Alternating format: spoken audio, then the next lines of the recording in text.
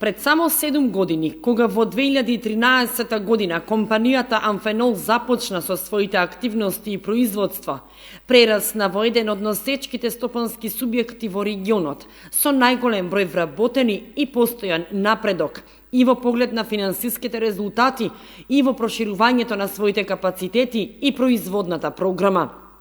Планот на одговорните бил дека за 10 години компанијата ќе брои околу 1800 вработени, но таа бројка Амфенол ја достигна за 6 години, а веќе за 7 ја надмина од 2000 вработени, истакна за Канал 8 директорот Сашко Наков.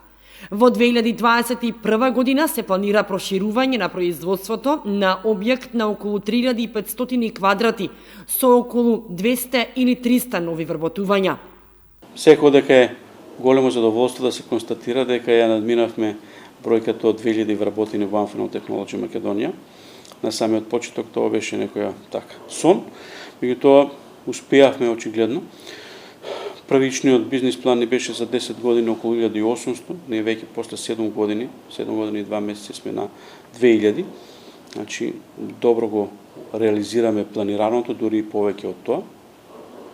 Очекуваме дека во текот на 2021 ќе се зголеми за уште дополнителни 200 до 250, така да годината би требало да завршиме измеѓу 1200 и 2300 вработени.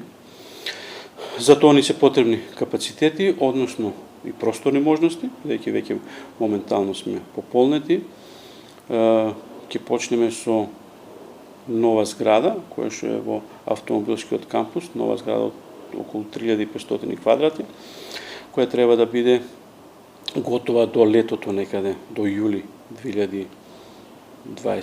Документацијата е во завршна фаза и треба до крајот на месецот да се почне со градбата. Се надевам дека, како и до сега, ќе ги испочитуваме тие планови и мислам дека ќе биде во ред.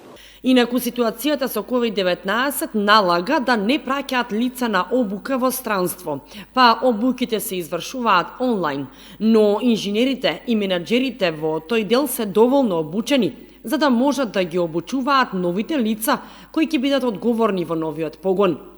Во 2020 година компанијата инвестираше и во нова опрема во вредност од околу 3 милиони евра. Инаку Наков додаде дека околу COVID ситуацијата, одговорните им излегуваат во пресрт на вработените во однос на COVID тестовите, кои доколку има индикација за тест, симптоми или контакт со заболено лице, фирмата им го плаќа тестот на своите вработени. На крајот Наков им се заблагодари на сите вработени и на целокупниот тим во Амфенол, без кои сите овие години не би можело да се постигне толкав успех како сегашниот.